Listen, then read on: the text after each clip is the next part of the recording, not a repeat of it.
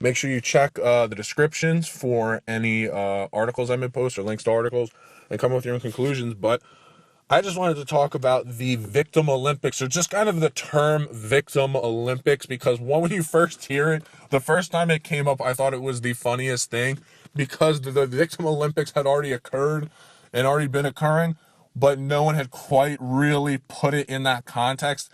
Everyone kind of knew there were rankings, and before there was the term intersectionality or whatever, it existed, and then the term kind of came out just because that's the what far leftist people and that religion try and create. But the term Victim Olympics is just funny because of how much of a competition it seems to be. It's a paradox in and of itself. Why would anyone, Olympics is kind of a benefit. It's kind of something people look forward to, something that gets people excited. A lot of national pride comes of it, and global pride and pride for sports and camaraderie and competition. And then you have victimhood, which is, before, it's kind of a negative, but people are really starting to praise victimhood, and it's kind of a joke at that. But it's interesting to see how and I've spoken it too much. I hate how the far left treats people of different categories, and that they don't become people anymore, they become categories. You look at, especially very individual people. Recently it was Kanye West went to the White House and people attacked him.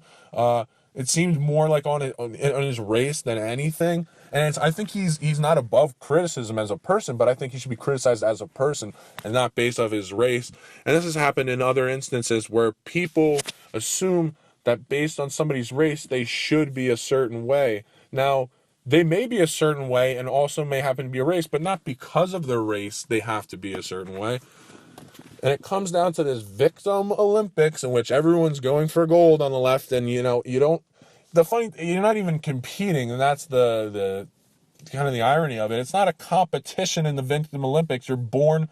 So actually, with the way things are going, you actually can kind of compete, because you can claim you have a different gender, and then after that people started to claim they were of a different race, and after that you can just claim there's some people in each group, whatever you pick it, are claiming to be whatever. And that's starting to be the controversy, because a lot of people are saying, no, you're not.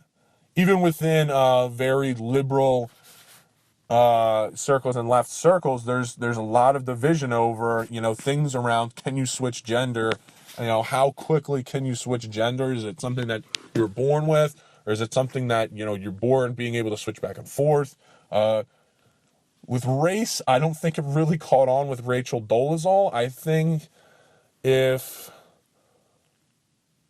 I think maybe if it was the other direction, if there was a Latino person who wanted to be white but wasn't white, or was African American and wanted to be white but wasn't white, maybe that would work. I don't know if it would have taken in different circles, but it's starting to be a little bit more malleable, these things that really are not too fluid, I guess is the term to use, or varying. The Victim Olympics. It's just funny, because I think a good portion of people don't care about it at all. I think the farther right you go, it's no one really cares. I think only if you went super super, I guess that's the funny thing, is the people tend to be left of center, not even liberal, but like far left, and claim that everyone who isn't in their camp is right, pretty much a neo-Nazi. But the irony in that is most people don't even care. Most people don't care about identity politics or the victimization, and it's only when you go to like these white supremacist or like neo-Nazi people that you get these situations. I mean, what was it? At Evergreen College, they were trying to kind of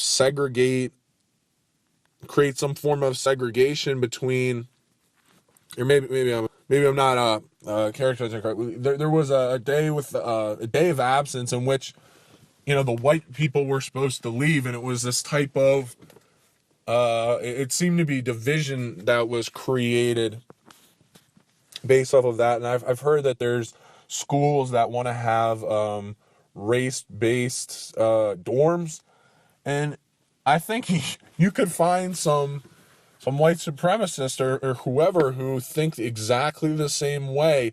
But I think a lot of people in between, one, really don't care, but also aren't informed as much on just how radical the victim Olympics and identity politics can be.